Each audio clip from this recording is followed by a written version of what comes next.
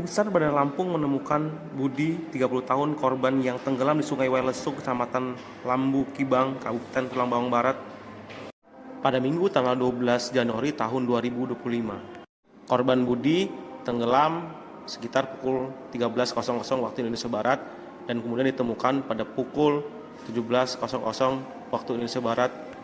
Kepala Kantor Pencarian dan Pertolongan Lampung, Dede Ridwansyah, mengatakan korban Budi yang tenggelam di Sungai Wailesung telah ditemukan dalam kondisi tutup usia. Korban ditemukan oleh petugas sekitar 2 km dari lokasi kejadian. Sebelum kejadian, korban bersama Andi, pemilik kebun jagung, tengah memanen. Polisi menginterogasi Andi, pemilik kebun tersebut, bahwasannya dirinya bersama korban tengah memanen jagung. Kemudian pada 13.20 waktu Indonesia Barat, Andi melihat hanya sendal jepit korban yang tergeletak di pinggir sungai.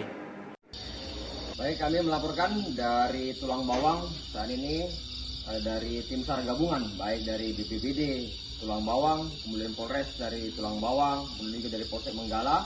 Saat ini kami membentuk tim SAR gabungan untuk pencarian atas nama Budi yang dilaporkan oleh Bapak Andi, dan saat ini telah dievakuasi korban tersebut ke rumah duka dan diketemukan pada pukul 19.05 waktu Indonesia bagian Barat dan berjarak sekitar 2 kilo dari lokasi kejadian. Demikian yang dapat kami laporkan dari Kabupaten Tulang Bawang.